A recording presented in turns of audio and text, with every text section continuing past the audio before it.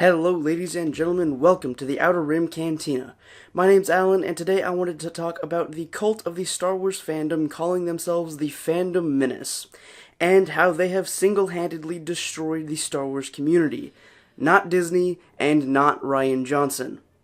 The Fandom Menace has been around online since about 2015 with the release of The Force Awakens, but didn't rise to infamy until late 2017 and early 2018 with the release of The Last Jedi.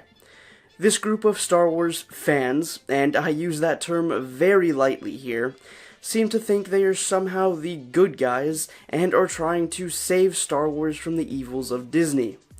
Basically, that just means constantly posting online about how much they hated The Last Jedi, and how much they hate Disney 8 hours a day, 7 days a week, for almost 2 years now.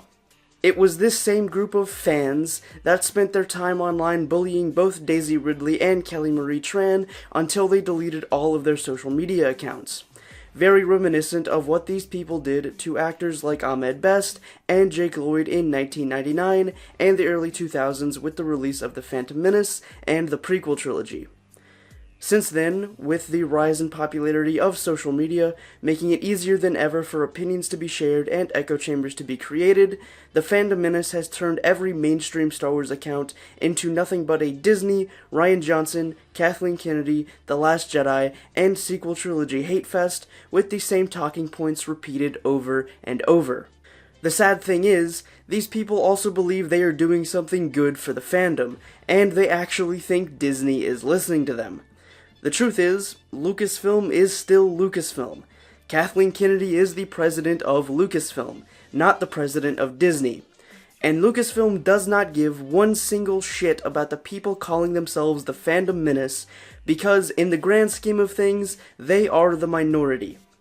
If you go online today and search for pretty much anything related to Star Wars, you'll most likely encounter some of these Fandom Menace people trying to shove their opinions and views down everyone's throat. The idea that anyone could like any of the content in this new era of Disney Star Wars seems to be beyond their comprehension. The truth of this whole thing is that the Fandom Menace has done nothing positive for the Star Wars fandom. They have turned it into one of the most toxic communities online, and ruined the image of Star Wars fans in other communities outside our own. In the real world, once you escape the echo chamber of negativity and hate for everything Disney, and everything Star Wars today, most people you ask on the street will say that The Last Jedi was a good Star Wars film, or even one of the best Star Wars films they've seen in years. Unfortunately, hate spreads faster than truth and kindness online, and it's inflated the egos of the people in the Phantom Menace so much so that they think they're the majority opinion of Star Wars fans, and that Lucasfilm should bow down to their every fan service whim. This is made even worse by the fact that larger voices in the Star Wars community on YouTube and other platforms such as Star Wars Theory seem to perpetuate the opinions and ideas of the Fandom Menace, while claiming to be unbiased and open to everyone. However, if you attempt to go into the YouTube comments, Twitter, or Instagram replies of Star Wars Theory's posts, you will get bombarded with the same rhetoric and talking points the Fandom Menace always uses to try and convince others, as well as themselves, that The Last Jedi and Disney Star Wars is somehow the worst thing ever created, and even remotely enjoying any new Star Wars content somehow makes you less of a Star Wars fan than them. This brings me to the other big issue of the Fandom Menace. Besides spreading toxicity and rhetoric all over the internet, while attempting to make themselves look like the good guys and heroes of the Star Wars fandom, they attempt to gatekeep others from interacting with other Star Wars fans. If they just became fans because of The Last Jedi, the sequel trilogy, or any other content released since 2015, they seem to think that means you're not a real fan and shouldn't be allowed to be part of the community unless you worship the original trilogy and expanded universe like they do. It seems to me that their hate and disdain for this new era of Star Wars, and anyone who dares enjoy the content, comes from a deep-seated resentment of Disney as a whole, and the apparent loss of the expanded universe stories they grew up with. Besides the same old talking points about Rey being a Mary Sue and Rose being completely useless, all arguments from the Phantom Menace seem to always lead back to the expanded universe and original trilogy in one way or another.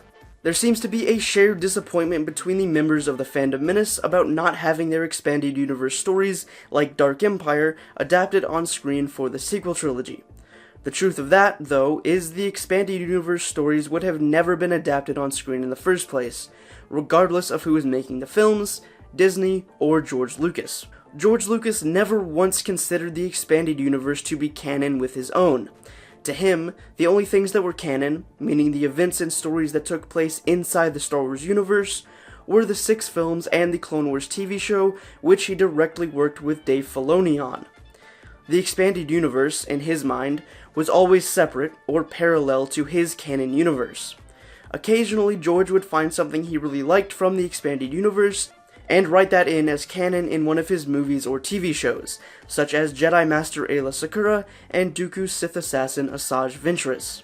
While the Fandom Menace spends their days spewing hate about the sequel trilogy and the new Star Wars content, they praise George Lucas and seem to forget that they were the same people who constantly hated on the prequel trilogy for 6 years and longer in the early 2000s. Back then, without social media, they were regulated to fan magazines, forums, and chat rooms where their voices weren't heard by larger audiences.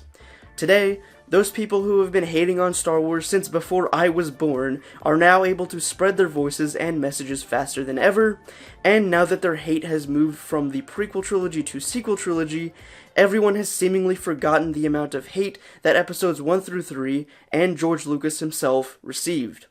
The bottom line is that thanks to the power of social media, the Fandom Menace has accomplished the goal they set out to accomplish decades ago: divide the Star Wars community and gain attention for themselves. Today, thanks to them, the Star Wars fandom is one of the biggest shit shows I've ever seen. You can hardly look anywhere anymore without finding someone there to tell you how bad The Last Jedi was, or how evil Kathleen Kennedy is. In the end, it wasn't Disney, Kathleen Kennedy, or Rian Johnson who ruined the fandom. It's the members of the Phantom Menace that would rather spread hate and toxicity than leave well enough alone and let people enjoy what they want to enjoy. If you want to read expanded universe stories because that's what you like, go do that. If you want to go watch the sequel trilogy because that's what you like, go do that. If you want to watch the prequels or the Clone Wars show, go do that. But don't spend your days trying to ruin other people's enjoyment of something just because you don't like it.